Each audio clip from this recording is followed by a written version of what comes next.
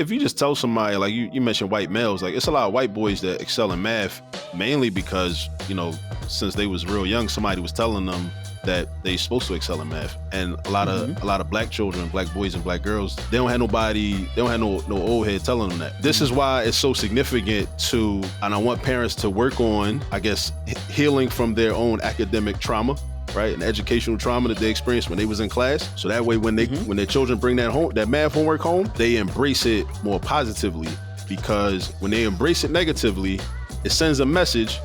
And I don't think parents are trying to do this, but it does communicate to their children that this ain't for you. What they're communicating is that it wasn't for me, so why should it be for you?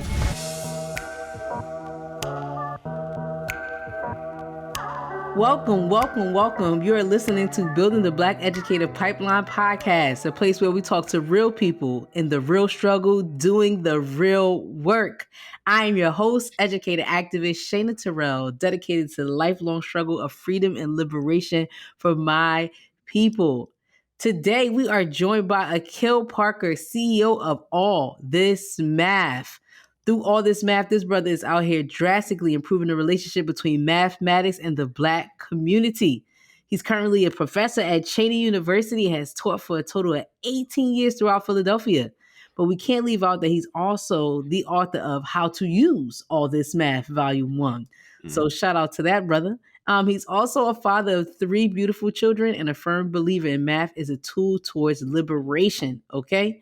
So we are down with this brother. We are so excited to have him here. Akil, how are you? I'm doing great. It's good to be back on the platform. I like coming on here. Yes. So shout out, if you've been rocking with us since the very, very beginning, All This Math, the first time was one of our highest watched episodes. So shout out to this brother for coming back to join us in the podcast land. We was doing that when we was going live on Facebook and Twitter and all during the pandemic. So now we stepped our game up a little bit. Got a little podcast situation happening. Yeah, so, I like it. I like the progression. Thank you. We try. But shout out to all my co-conspirators out there listening today. We're so happy to have you in a room to listen and talk to Brother Akil about all this math, mathematics in the Black community. So for folks who haven't been rocking with us for a while, can you tell us a little bit about yourself? What can you share just about yourself, your work? What we should know about Akil? Well, I'm very passionate about, just as you said already, improving the relationship between the Black community and mathematics and increasing the number of positive conversations we have about math in our community, and just increasing the number of positive experiences we have with mathematics so that we can start to look at math as a viable tool and not just something to try to avoid, not just something that don't make no sense, not just something that, we feel is like stupid or unnecessary. I'm trying to really show people the necessity of it and the value and the benefit of it and the benefit of understanding it. And, and also for parents, especially when they improve their relationship with math, not just parents, but grandparents, uncles, aunts, big cousins, godparents, whoever, when they can improve their relationship with the math, then they'll be able to pass that on generationally to their children and the young people that's looking up to them. Because I'm convinced that every time like a child comes home with some homework, some math homework, and then the parent is like, I don't really know how to do that, whatever, like it plants a seed or perpetuates this idea that, the math is like, it's insurmountable. It's not something that, they can grasp. So then the children are looking at their parents like, why I need to know this? Like my mom don't know it. My dad don't know it. My old heads don't know it. So why do I need to know it? So that's another thing, another type of programming that All This Math, seeks to offer, which is educating the parents, educating the adults, the 40-year-olds, the 50-year-olds, because it's never too late, to learn it, especially now, since there are different methods being used in classrooms to teach mathematics, that I didn't learn when I was in elementary school or middle school, so, it's never too late to learn. And, that's really what I'm dedicated to. I'm dedicated to answering that question, when am I going to use this stuff? I'm dedicated to making math as relatable as possible, and making us feel comfortable with it, because, like I said, I definitely think it's a tool for liberation. And this, math is it's deeper than just, the equation that you might have seen on the chalkboard or the dry erase board. It's a lot deeper than that. It's really about problem solving ability, critical thinking ability, Mm. you know. Like when you think about like some of the stuff that like so if somebody listens to like a Dr. Carr speak, right? I do believe that like sometimes for some of us, what he's saying makes total sense. But then for some of us, it kind of goes over their head. It kind of Mm-hmm. like escapes them. So I think that it may escape some people because they may lack a certain level of critical thinking ability. Mm. So that's where math enters into the room, because when you're doing a lot of math, you're constantly training yourself to think a certain way, and you're Mm. training yourself to think critically. So then when a Dr. Carr or somebody like of his caliber is speaking, and like, even if you experience the cognitive dissonance because he's relaying an idea that you may not believe initially, you can't deny that it makes sense.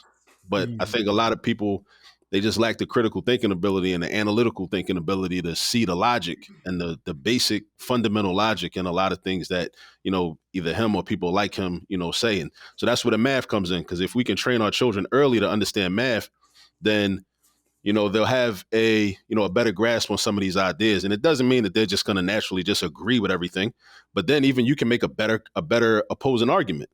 Because if you make a better opposing argument, then maybe the person that, is saying the thing or presenting the idea, maybe they'll be able to, refine their own analysis. So, Mm. the math is really the key on so many levels. I like that, and I like the fact that you're saying that there's more than what meets the eye with math, basically. Definitely. Especially when you talk about it, the critical skills and the analytical piece that Yeah. has to do with math as a connection. Because I think a lot of times we just think it's math as one, two, three.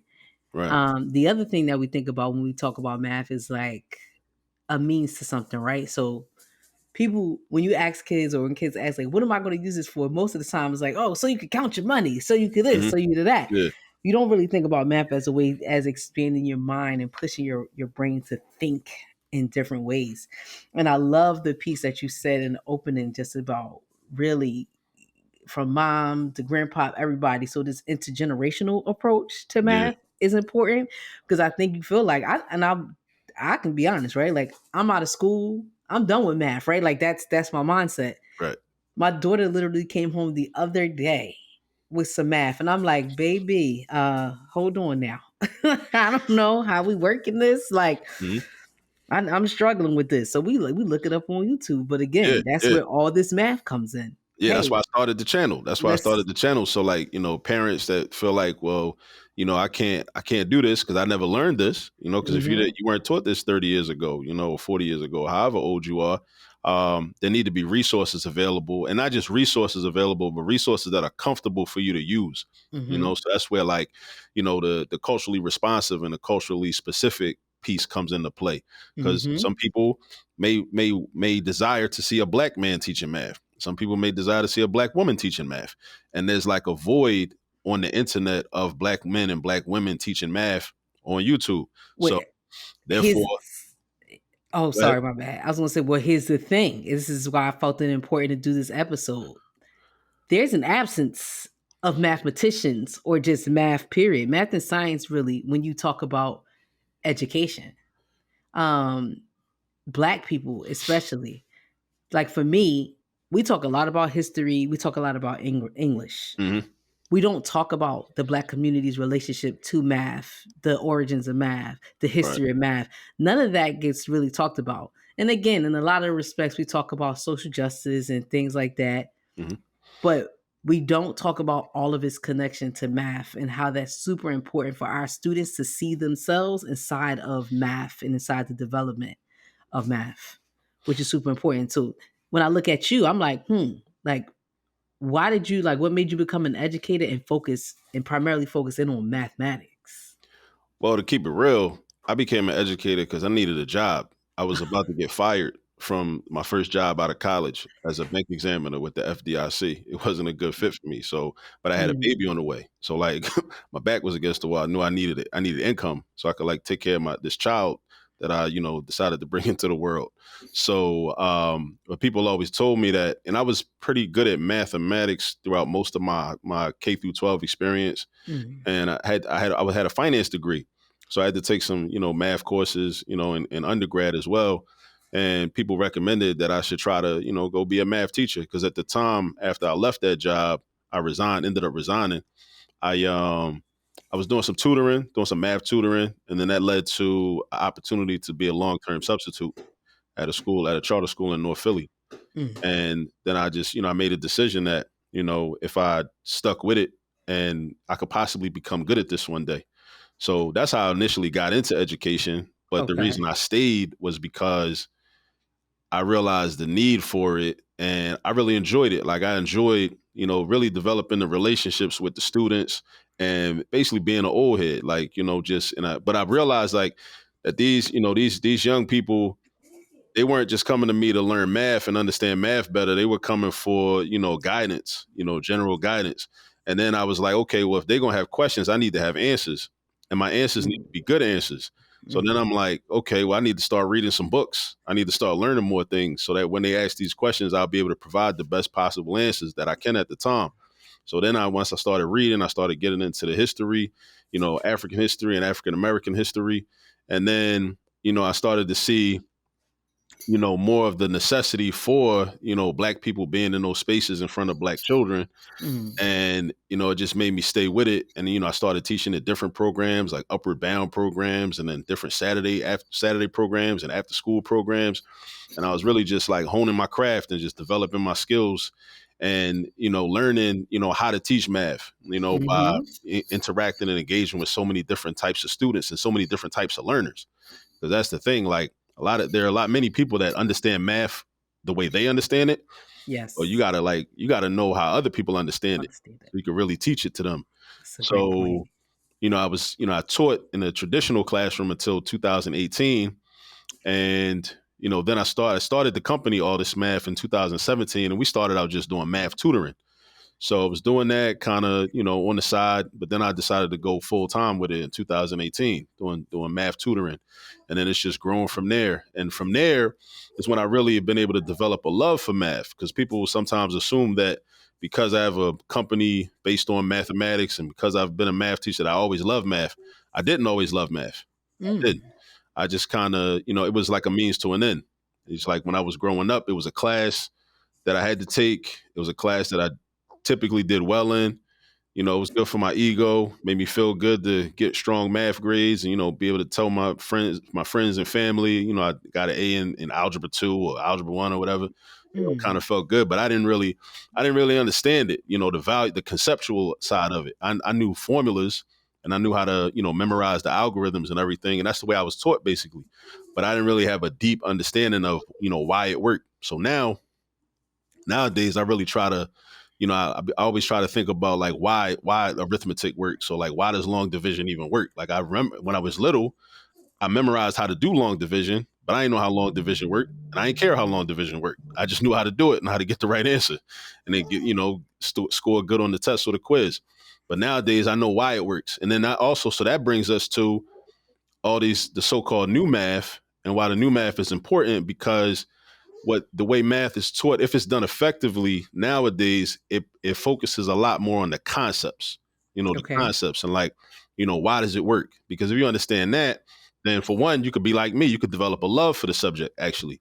And then you can figure out ways to like apply it in other areas of your life, and in other situations. So that's kind of like, how I got, on this pathway. And now I'm just really trying to, teach math to the whole black community. Cause Listen, I love that. I love that. Would you say, because you mentioned, would you say that the new way of teaching math is better than how we used to learn math in terms of understanding the concepts and the whys behind it? I think it depends on what your goal is. If you want to really develop your critical thinking ability and really be able to solve problems, then I think having a conceptual understanding is more helpful and more beneficial. I think it Mm. is. But I think you still need to understand the algorithms. You still need to understand the formulas. But just having that deeper understanding, and not just having a deeper understanding, but just having multiple methods, because like sometimes I think with the so-called new math, there's like a replacement. Like some people try to push this, like some schools, some school districts, they may push this whole replacement concept, where it's like, oh, we don't do long division anymore. We're doing partial quotients now. I don't agree with that either. I think we should do both. I think children should learn all the methods, as many methods as possible. On my Mm-hmm. channel, I got videos on Kemetic division. So I want to like take it back and have our children understand like what our ancestors was doing in ancient Kemet. Back in like 2500 BC or whatnot. So and also to connect that with the long division, the partial quotients, the box method, this other method, that other method, whatever you want to call it. Because it gives you, just gives you more options, and that's something that, matter of fact, I'm gonna be talking about this at the ASCAC Regional Conference, Association for the Study of Classical African Civilizations, their regional conference tomorrow, um, about how mathematics training is useful for developing students, to do what Dr. John Henrik Clarke stated in terms of his definition of education, which is the purpose is to train children to be responsible handlers of power. Mm. So if you have many options, like people that have power have options, right? Yes. When you don't have no power, you just got, okay, you just got to do something one way. You're kind of like relegated to a just one way of doing something. And that's what you got to Mm-hmm. do because you don't got no other methods. But when you're a powerful person or part of a powerful group, you have different options, and you can apply. You have the ability to think and decide, okay, what's the best option that I should apply in this particular situation, given the circumstances. Mm-hmm. That's a powerful thing. And I think it's important for us to train our children in order so they can be responsible handlers of power. One of the ways we can imbue that into them is by showing them many different methods of how to do addition, many different methods for subtraction, multiplication, division, how to do arithmetic with fractions and mixed numbers, decimals, how to calculate percentages. Show them many different options so that way they can just kind of look at different problems and then just decide, okay, how do I want to tackle this problem? How do I want to attack this problem? What makes the most sense and what's the most efficient and effective way. Mm. So that's another example of how math is much deeper than just what you see on the board, because it's really a way to instill this idea that children can be powerful, right? And we can, Mm. as a group, we can have power, as opposed to just hoping that the group that does have power will kind of bestow some type of favors upon us and allow us to live comfortably and be happy and have some access to some resources. So math Yes. can really, from an early age, like math can do that. It might not seem like it, but math can definitely do that because you just you're training, children to say, think about the child that only knows how to do long division, even though long division is great. It's no knock on long division. It's necessary. But what if they know long division and they know four other methods for division? So then they're able to then look at a problem they're given and then say, okay, well, which of these five methods should I use? It's like I got different tools in my arsenal. So That's what should dope. I what should I do? And then have the confidence to be like, you know, I know which one I'm gonna exactly, I know choose, what I'm gonna do. You know, and I have those options. And then just hear you talk, I'm just thinking about wow, just the evolution of math. Right? You think that I know for me, right? You see math as this one thing, like in a box, right? Like 1 + 1 is 2, and you can only get there by like adding one and one. New methods, right? No, you gotta draw these circles, and when you draw the circles, you really understand the concept of how you're getting one and one yeah, and why yeah. it equals two. You like, dang, like The number bonds, yeah, the number bonds, and that's another yes, thing I want to say, like to the parents that's watching this. I want us to like reorient ourselves and like lean into that. Like so when we get the homework sent home and it looks different and it looks foreign, like instead of dismissing it and saying no, this is stupid. Why are we doing this? Like lean into it, lean it because it's another method. Like challenge yourself to try to gain some understanding of it because what it does is, and here's another thing that it does too, as opposed to just developing a conceptual understanding, it's going to help your children when they get to algebra because Mhm. so many children that I've taught on a high school level, and whether it be an algebra 1 class, algebra 2, geometry class, so many say this. They say, look, when I was in elementary school, I really liked math a lot. But then when I got Mm. to middle school, I got to high school and they introduced the letters, they put the variables in the letters, that's when I started hating it because it didn't make sense to Mm. me no more. Mm. So it's a conceptual breakdown, right? It's a conceptual, it's an obstruction somewhere, right? So the children, they didn't understand the algebraic processes and the algebraic properties. So a lot of this Mm. new math, foundationally it's meant to teach. They're trying to imbue into your children, whether they're in kindergarten or first grade or second grade, they're trying to show them how to think algebraically from an early age. Nice. So by the time they sit in the algebra 1 class, they're like, oh, they're already kind of trained in terms of how to think. Now that's if it's Yes. done properly. A lot of times I the want to. teachers aren't really doing it properly because they lack training themselves, and also they haven't bought into the so-called new math, just like a lot of parents don't. So it's got to be done properly, and we do have to have certain fundamentals that you got to bring to the table. Your children have to be able to bring certain fundamentals to the table. They got to know their addition facts. They got to know their multiplication facts. And parents, we also got to instill a sense of urgency in ourselves. If you have a child, I'm going to say this. If you have a child that's in third grade and they don't have their multiplication facts memorized, at least from 1 times 1 up to 12 times 12, you should be worried. You should be Mm. uncomfortable.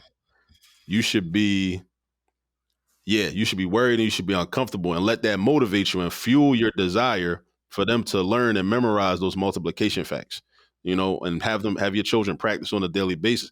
And Why should they be worried and uncomfortable? because if your children don't know their multiplication facts at a minimum up to 12 times 12, there's so much math that's going to be difficult for them going forward because everything is built on that. Um, the addition facts and subtraction facts are the foundation for the multiplication and division facts, but all of the algebra, the fractions, the geometry, so many students like on a high school level, like the math, they experience academic fatigue because some of the problems that they're presented with that they have to solve, equations they have to solve, or expressions they got to simplify. It's like it's not supposed to take them that long, but when you really pay Mm. attention to what's going on with a lot of students, it's like they might not know off the top of their head what 9 times 6 is or what 8 Mm. times 4 is. Like nobody should have to take out a calculator and do 9 times 6 or 8 times 4. But if you do have to take out a calculator and do 9 times 6 or 8 times 4, it's taking too much time. Like that problem, you shouldn't have to take that time. You should be like 9 times 6. It's kind of like if you got a sibling and you see your sibling down the street, you look, you see, oh, that's my sister. Oh, that's my brother. All of our children should be like this. If they see 9 times 6 on a board, they should immediately think 54. When they hear somebody say 9 times 6, they should immediately think 54. Everybody should be like that, but it takes work to get like that, and it takes consistent practice. Well, I'm laughing because as you're saying this, right, I'm checking myself. When you were saying it, I was like, in my mind, I was like, oh, that's okay. That's like making sure that I knew Mm-hmm. it. Then even as you're saying it, I'm closing my eyes because that's how I memorize my times Yeah, tables, right? yeah, Like I go back to when I had to memorize them and how I visualize it and how I see it. So it's funny, like hearing you go through that. But you are absolutely right. What I'm really digging about this conversation is the push for people to lean into the new mm-hmm. math and the push for people to understand why it's being taught this way and the push to understand that this is all connected. Right, All of it is connected. And we are teaching these principles this way. It's the foundation for the next thing. right, So the way it's being done now, it's built upon each pillar so that things can become easier to children right. And it's as it and goes it's on. all problem solving. And like here's something that's kind of abstract that may be difficult for people to accept because of the way math has been introduced to us. Like learning math and learning high level math, it's not all about just preparing yourself so you can go into a STEM field or be an engineer or a computer scientist or a doctor or a nurse. Because some people might say, well, I don't want to do that, so why I gotta learn math? It's really, Mm-hmm. like I keep saying, it's really about problem solving. Like, no, you're not going to need the quadratic formula to use it on paper when you go to the grocery store. However, when you go to the grocery store, the same skills and faculties that you use to solve a problem involving the quadratic formula in eighth grade algebra 1 or ninth grade algebra 1, whatever class, you can apply that skill set in the grocery store. Because in the grocery store, every time you grocery shop, whether you realize it or not, you're dealing with a complex equation. You got a certain amount of money, you got to feed a certain amount of people, the food got to last a certain amount of time, and different people got different dietary restrictions, and you might not have all day to be in a grocery store. You might have to go drop somebody off or pick somebody up from dance practice or soccer practice or basketball Mm-hmm. practice at a certain time. All of this stuff is going on in your head when you step in the shop, right? When you step in a Fresh Grocer or Acme or Pathmark, wherever you at. It's the same process, but knowing how to do that knowing how to approach a problem in a systematic way and in a methodical way, is something that you develop in math class. So I love this because what I'm hearing you say is math gives people the opportunity to practice the hard Practice the things. hard things, like, and like any problem we have, like, a husband may have a problem with his wife, a wife may have a problem with her husband, boyfriend, girlfriend. We have problems. Problems are problems, but knowing how to approach problems is so important. Like, it's not as like we're convinced and conditioned to think that math is so abstract and esoteric, and it's only for, like, the nerds, and it's only for people that want to go into this type of field. It's all cap. It's really just cap. And I'll go even deeper and say this, that if you think about the Latin term cui bono means who benefits, right? Hmm. So if we think about problems, we live in a neo-colonial monopoly capitalistic system. So in this system, there's a zero-sum game. So every problem that I have as an individual, there's a person or an entity that benefits from my problem. Mm. So now here's what we got to think about. And this is why there's an incentive for so many of us to not study math and excel in math, because math will help us to learn how to problem solve, right? Hmm. If I solve my problem, now I have created a problem for the person that was benefiting from my problem. Because now I created a benefit for myself, and at the simultaneously I created a problem for them. They Hmm. don't want that. So imagine you have millions of people that have problems that are persistent, right? Let's take the Black community. Hmm. All of the problems that are persistent in the Black community, and then all of a sudden you empower them with this tool where we can learn how to organize, unify, and solve our problems. Now all of the billions and billions of dollars that are generated on a daily basis as a result of us having these problems and persisting, now where does that money go? It's gone now because we've solved our problems. So Yep. this is why there's an incentive to deny us and block us from focusing in on this subject. That's why we don't even have a lot of conversations around math in the mainstream. And when we do have conversations, it's only when the standardized test scores come out and we find What's out that, about right? 99.8% of Black kids in this city or that city failed the Can't math read. test. So they can't do this, they can't do that. So it's like, as to reinforce this idea that the math is too hard, it's insurmountable, we can't do it. But there's plenty of people that are doing well in math, and, like, nobody talks about them. Nobody's having the Hmm. conversations about the Black people that are engineers and doctors, or even the people that do other types of work but do have a strong grasp of math. And you got people that, here's another thing, you got people that think that they're bad in math, they think that they're deficient in math, but they're really not. They've bought into a certain propaganda and negative self-talk about themselves. They're actually much better at math than they give themselves credit for. I'm one of those people. Yeah, a lot. So I so am one many of those people are, and people. it comes from a lot of things. Like, one of the sources of that is, like, we don't give us as students, we don't give ourselves enough credit. Like, you might have been in class in, like, high school or, like, ninth grade or 10th grade or something, and you might have had a geometry teacher or algebra one teacher that didn't give partial credit. So if they don't give partial credit, they give a 5-question quiz as an example, and you get 2 questions correct, completely correct. So that's 40 points. But the other three, you made small errors on the other 3 questions. So you lost 60 points. So you end up with a 40% on the quiz. However, if you don't get the opportunity to really unpack your mistakes, or the teacher doesn't really get to analyze your mistakes with you, you're going to be thinking, oh, I'm just not that good. I got a 40. Yes. No, it's not that Yes. you're not that good. Like, you might have left a negative sign out in one of the questions. You might have did 8 divided by 4 instead of doing 8 minus 4. Small mistakes, right? You might have just confused one of the steps in the procedure on the other one. That 40% is not a valid indicator of your level of understanding. But if nobody has that and nobody has that conversation with you when you're in ninth grade or eighth grade or whatever grade you at, when you get that grade, you just gonna internalize that and be like, nah, see, I got a 40. I'm not good at Hmm. math. Yep. And then you go through life thinking that. And then it just compounds on itself. And then you go to the next math class already expecting to fail, you've already lost Mm. at inception. Like, because you go into the class like, yeah, I wasn't that good. And then it's like, but then you be the person that, like, you do these calculations all the time. You do all types of calculations to figure things out. Girls that, like, might braid hair, they got to figure out, okay, how many bundles they need. Like, how many parts they got to make. They doing the geometry in real time and in real life. They're doing the parts to make the trapezoids on the scalp, to make the rectangles on the scalp. They know how much of this they need. Like, boys are doing like different things involving with sports. They paying attention to the statistics of their favorite players, their favorite football players, basketball players. They're doing all of this.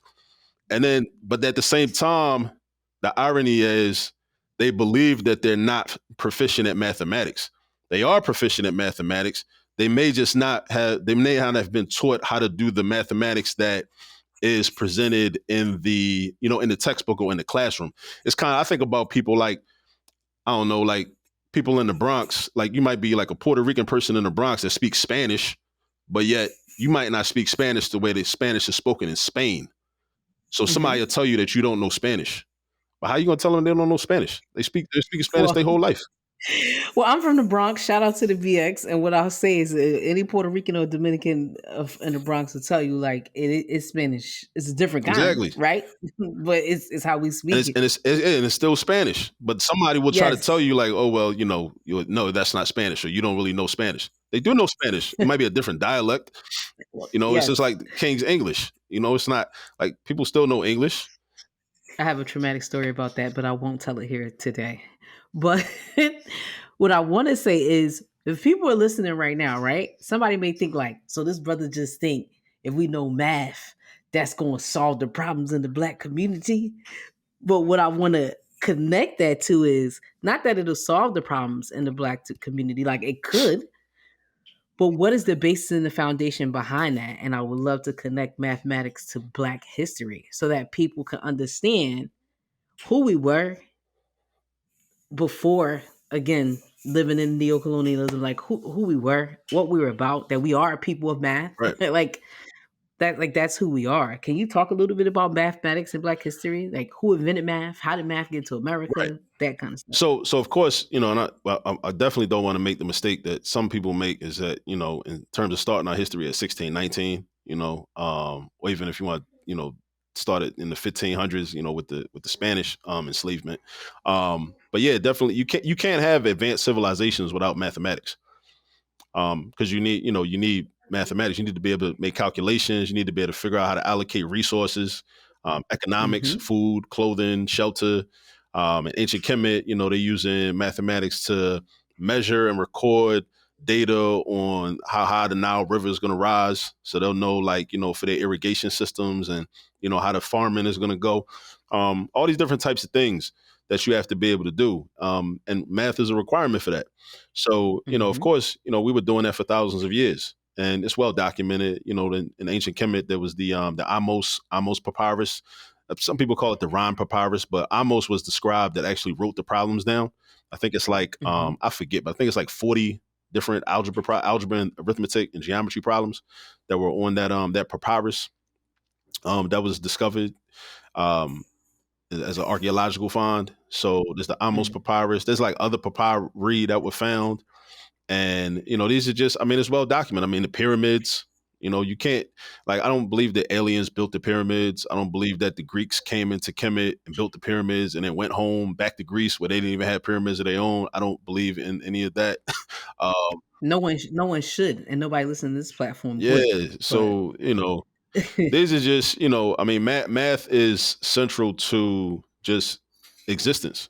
Like, math is really, it's a science of patterns. It's a language.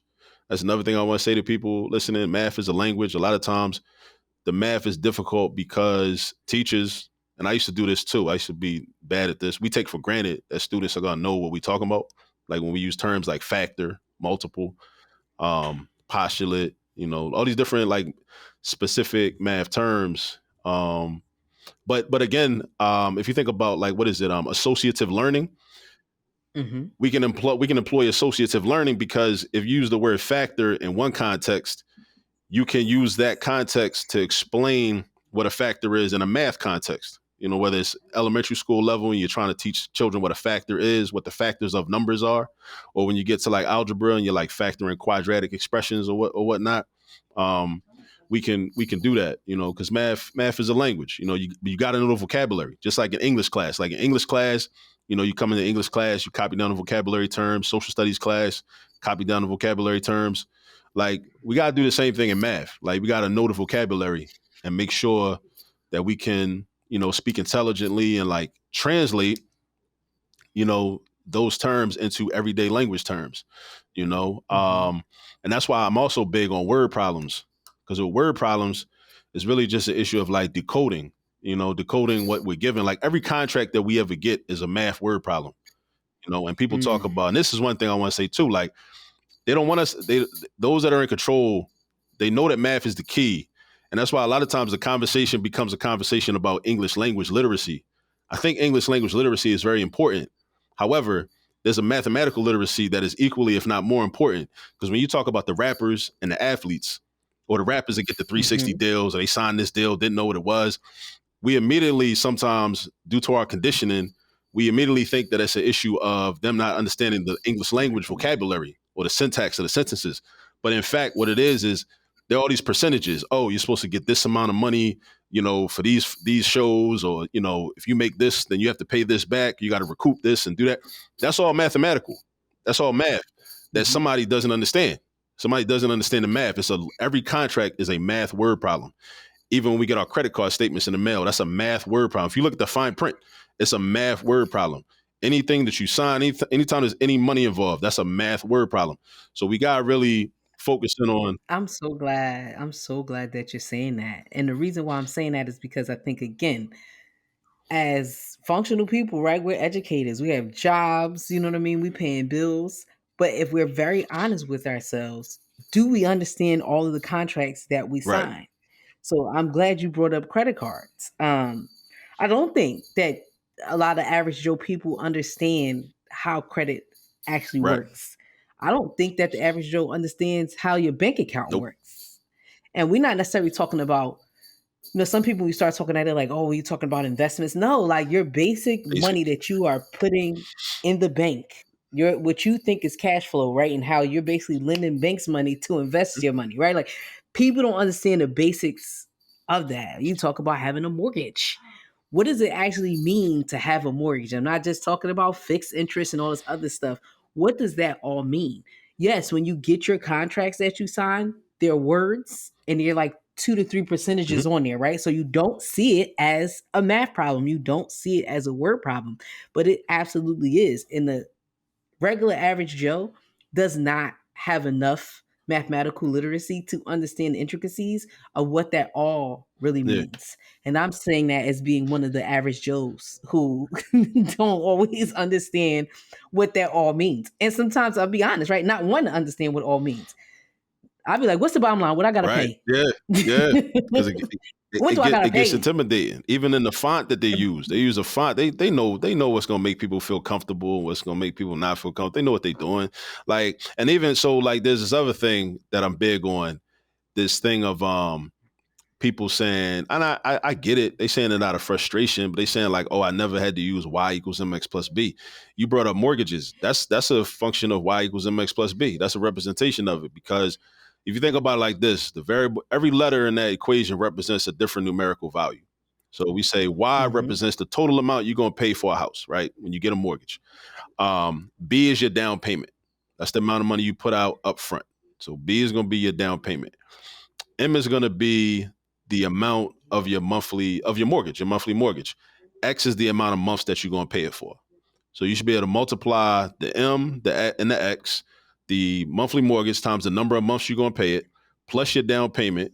That should equal the total cost of the house. And I mean, there's some other factors in there. I mean, you can add in the insurance, homeowners insurance, other different fees and whatnot, either Taxes. taxes. Mm-hmm. You can add that in too. But my point is that understanding that equation, y equals mx plus b, and how it's applicable in a lot of situations that we deal with. Um, it's unfortunate if you don't know, if you don't think you use it, because people use it all the time. I mean, the more simple example is if you work hourly, if you're an hourly employee, then it might be zero in that situation, but M is your hourly wage, X is the number of hours you work, Y is what your paycheck should be before taxes. Mm. It's that simple. And people do that all the time. They like M, and then if you work overtime, then it's like, oh, well, now my rate changes. So it's going to be Y equals MX plus a different M, because you're doing time and a half, Some companies might pay you double time. You come in on Christmas Day or Thanksgiving Day, they might pay you double time to incentivize it. So instead of multiplying it, you're going to take your rate, multiply that by 1.5 to get the time and a half, or multiply it by 2 to get the double time. And then you just figure this stuff out. And this is what I'm saying. Like the same people that be on the internet, like, like saying that, like stuff, like they use it. I think some of these people are being disingenuous and trying to just be funny, but then some people really don't recognize. They don't really know. They don't really dig it. Just like there's a lot of stuff in life that we use, but we don't really know that we're using it. You know what I'm saying? Like somebody could say, black children in North Philly dancing, they just dancing, but then not realizing that there might be something epigenetic going on. And those are the same types of dances that our ancestors was doing 10,000 years ago. So you can't say, well, I'm not connected to Africa. I don't got nothing to do with Africa. Like, sis, that dance you're doing right now, that's in your DNA. Like, we've been doing that, So it's like, it's there are a lot of examples where we do things and we use things, but we don't know the connection.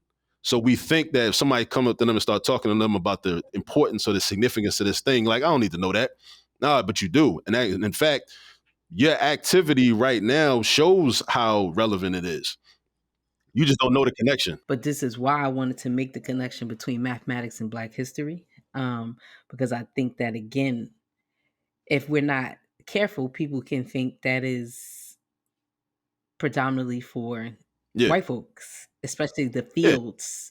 When you talk about, and I know we talk a lot about engineering, but even when we talk Mhm. about banking, finance, Yeah. statistics, right, and who populates, who dominates those jobs, it can be seen as specifically just for a certain type, right? And it really is for white hmm males. Because I think research shows that boys do better in math in school than girls, right? And that probably has a lot to do, again, with intimidation factor, signals that girls are getting in school about who are the problem solvers and who are the Right. leaders, right? Like that, that's a whole nother conversation, right? To go into concepts. But then statistically, in this country, what race is more dominant, right? So white males get pushed more into math and banking. And again, you're talking about the positions that what rule the world. We live in a hmm capitalistic society.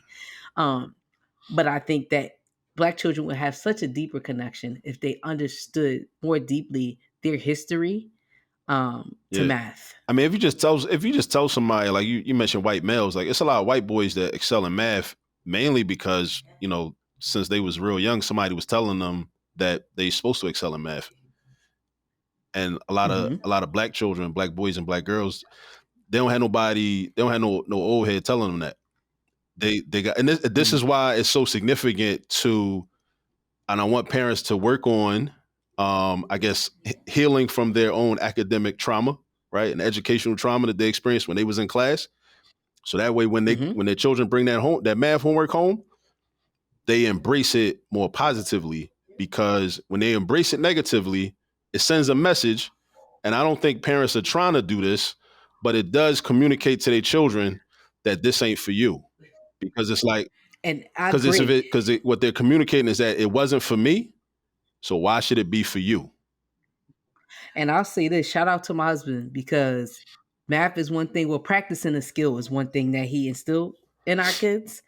But math hmm was a big thing. Like, there's no such thing as you're not good at math in this house. Like, you're gonna get some workbooks. You're gonna Yeah. get on the internet. You're gonna be on this stuff. You're gonna be practicing that skill until you get better. And then I'll say, for me, my son is exceptionally great at math, and I wasn't. But that, instead of me saying like math ain't for me, you're great at math, so you're gonna Right. keep doing math. Right. You're gonna continue to excel at this. You're gonna be great at this. So much so, his senior year, he decided, even though he had what is that, hmm electives to take, he took Wow. three different Wow. maths, because Okay. he's like, that's I going to like be it. your I like it. subject, right? You're going to be in calculus, you're going to be in statistics, and you're going to be in Yeah. business math. And he's excelling Yeah. in We all need of them. more of that energy. We But need more of that energy. Yeah. Yeah. yes, Yeah. and it's partially like, you good at it. Do what you Mhm. good at. And not that you're not good at English, like you are at that, but that's not your favorite subject. You're still going to Yeah. excel in there. But if you like it, develop a positive relationship with it, and Yeah. encourage Yeah. them. You. But I also think, right? And again, I'm gonna keep pushing this. I mean, you probably got it somewhere on all this math channel. A lot of times we find out the relationship between history and our blackness, or we do find out the relationship between English and our blackness, right? Folks talk a lot about why are we reading Shakespeare and not reading so and so, right? Like you get a lot of those comparisons. People see like math as like a raceless Mm. subject. Yeah. Like race isn't oriented to math. Right. Like why are we talking about black and white and math? It's just numbers, which is like it's not though. Like this whole conversation we've been having is like it's way deeper than that. It's not. And I think again, just like we connect anything else for our young people and help our young people to have a deeper understanding of who they really are and a connection to what it is, I definitely think having a black history and mathematics course or something like that connected for our young black people would inspire them way more to be connected and into the Yeah. So subject of my idea is that I think the mathematics. last time I was on here, I'm not sure if we talked about Histematics. We did. We So yeah. So did. That was actually the name of the maybe I was last okay. Yeah. So we definitely episode. talked about it. So if people want to look up our last episode where Akil was on maybe about a year and a half, 2 years ago. It was called Yeah. Histematics. So and we've been growing that and building that out. This summer down in Baltimore, I'm doing a summer program in conjunction with the William Watkins Educational Institute, the nonprofit. We're going to do Histematics summer camp, and basically what it is this: we're going to we're trying to address two issues in the community, which is lack of political and historical awareness that our children have, and also Mm-hmm. the lack of mathematical understanding and competency. So we're trying to address that problem. So what we're doing is we're using different texts. As an example, this summer we're going to be reading excerpts from the autobiography of Malcolm X, Asada, Mm. Black Power, Life and Times of Frederick Douglass, his third autobiography, and also Martial Law, which is the autobiography of Marshall Eddie Conway, who was a Black Panther Party member out of Baltimore. But what I'm doing actually is I'm using those books as math textbooks, meaning as we Mm. read through the content, I'm going to create discussion questions that are actually mathematical word problems. So it Love enables the that. children to not only learn the math skills required to answer the math word problems, but it also gives them an opportunity to do a critical analysis of the text itself. And that's Nice. one of the Very nice. offerings of Histmatics. That's one of the benefits, a way to like show the connection between mathematics and history. Because what I realized one History. often is that it's like the child that will be a child will be in eighth grade and not understand percentages. Don't understand what a percentage means. They just see the number, they don't know the symbol. They memorize, okay, when I see this number and I see the percent sign next to it, you just say percent, right? So you said in math class, you got to do percentages. You got to calculate some percentages, maybe do percent change problems, and child will be totally lost in a math class, right? But then they'll go to history class and they'll read the paragraph. The teacher asks them to read the first paragraph. First paragraph says something like, 47% of enslaved Africans during the Mayafa, or during, Africans taken from the continent of Africa during the Mayafa, actually were taken to the Caribbean, right? The child will read that, no problem. So my thing is like, okay, you read it out loud, you read it confidently, asserted yourself. But if you don't understand what a percentage is, how do you know what that means? How do you know what 47% Mm. actually means? And if you don't know how to do quantitative analysis in a history class or reading history, then how can you really understand what's going on? And then what that means is somebody can come tell you anything. Somebody can come play in your face Mm-hmm. and really tell you anything. And so that's why like the math is so key, like not understanding fractions, not understanding proportions, not understanding ratios, not understanding percentages, all these different basic and fundamental things. And I also want to offer like classes for adults too, because there's a lot of adults out here that don't understand these things only because they never learned it in school. And the way the Western educational system is set up, it's set up as if so that we won't be lifelong learners. So, there's like, okay, there's a limited time opportunity for you to learn this thing. And if you don't learn this thing by this time, then it means you're just not going to learn it. And then also we attach these Yes. labels to the information and to the education. So we'll call something fourth grade math, right? But if you don't learn it in fourth grade, Let's say you in 8th grade or ninth grade, you still need to learn 4th grade math. But now your ego kicks in. Because I'm like, nah, I'm in ninth grade. I don't want nobody to know that I need to learn 4th grade math. I'm Fourth embarrassed grade now. math. So now instead of me being Mm, embarrassed, I don't have enough self-confidence to say, you know what? I don't care that it's called 4th grade math. Even though I'm in ninth grade, I still need to learn the 4th grade math. I gotta learn that It's all a skill. game. Like it's booby Yes. trapped. So like Such a so if such a you great in point. ninth grade, or if you're a grown man or woman, 30-year-old, 40-year-old, somebody tell you, oh, you're deficient in 2nd grade math. You're deficient in 5th grade math. A lot of people are gonna be embarrassed. Like, nah, I don't want nobody to know that about me. I want people to think I'm smart, right? When in fact, it doesn't mean you're not smart just because you don't know how to add mixed numbers with different denominators. That doesn't mean you're not smart. It just means you don't know how to do that thing. Maybe nobody taught you. Maybe there was some faulty instructional practices in the classroom you was in when you were in that grade. But you still need to go learn that. Mm-hmm. But a lot of times Yes. That's a people get great caught point. up in the labels and they're like, nah, I don't want you to know that, I don't know how to do that. So they just won't learn it. Mm-hmm. And then, and then you have parents that never learn these things. And then the parents have children and then they're never in a position to help their children or their grandchildren or their Mm-hmm. nieces or their nephews or their little cousins or whoever.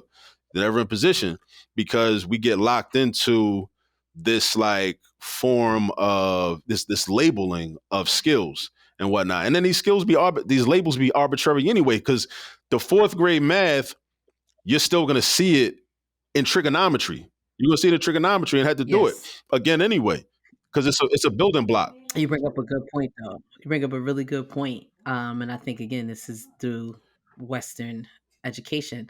Instead of labeling it 2nd grade, 4th grade, what kind of Mhm. math are we doing? Right? Like to say, hey, you struggle with trigonometry, you struggle with geometry, you start struggling with addition, whatever the type of math unit or section it is, we need to start naming and calling it that. Because if you ask me what type of math I did in 4th grade, Right, I don't know. Like I might know the problems that we were doing. I don't know what type of right. math that was. The only math when we start to use terms, you get into like geometry or algebra or calculus. So more so in high school, you start naming the type of math, but in elementary, those are actually types of math too. So I think you bring up a really good point of we need to like get into the types of math. That'll, disqualify so many people. Because they'll be like, wait, what? Yeah, Like, nah, it's an excellent I point. don't Like an want you to know excellent that. I don't point. want you to know that I don't know how to do because then, and then, a lot of people will be, unkind. You know what I'm saying? You don't get no grace for that. Like you be like a 30, 40-year-old man and you can't do like you can't add 3-digit numbers. Mhm. Like your homies will clown you. Yes, Homies will clown you. They'll kill you out here. but Like you're right. but you gotta You're be able to so push right. through But that. again, if we, You gotta be able to just be like, so yes, what? I still need to learn how to do this. I still need that skill. I need that skill. Um, so I don't want to run out of time because I want us to really talk about this because you would probably be one of the most qualified people to answer this.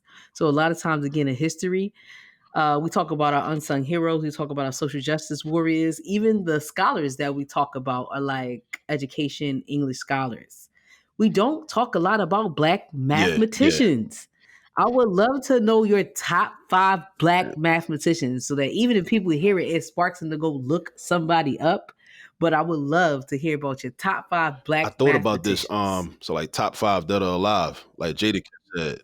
Um, Yes, absolutely. We do the countdown on this show. What's your I'm top gonna give 5? you. So this, I don't know if this would be my final list, but I'll give you 5 names. I'm gonna put Dr. Abdul Alim Shabazz in that list. I'm gonna put him in there. So he was a Okay. brother that I think his distinction is that he trained more Black math PhDs in this country than anybody else. I want to say. Mm, I would have to verify that, but okay. that's what I've heard. He taught at Lincoln, taught at Clark Atlanta. He graduated from Lincoln, Lincoln at PA. Taught at Clark Atlanta, taught at Grambling, I want to say, the Grambling or Southern, taught at Tuskegee. Like I think that Tuskegee was the first school he taught at, like when he was younger, like back in the 1960s. I'm gonna put him in Mm, there. Euphemia Lofton Haynes, and I mean I credit her because so she was the first. And I don't really usually be too big on the first blacks to do stuff. I don't really like, you know, what that usually communicates, because a lot of times, and you know, as Dr. Carr talks about the social structure, you know, compared to the governance structure, Yes. you know, they want to Mm-hmm. kind of isolate us into like their narrative and make us footnotes in their narrative, and we have our own narrative. So Euphemia Lofton Haynes Mm-hmm. was the first black woman to earn a PhD in mathematics in the United States. But I'm always careful when I talk about Mm-hmm. these first to do these types of things, because I don't want people to be confused. So I have to explicitly say, prior to that, African women were studying math in ancient Africa. So I think I just have to put that out there. But I'm putting her in there. She ended Mm-hmm. up teaching math in DC public schools for like 47 years. Um, Nice. Etta Zuber Falconer.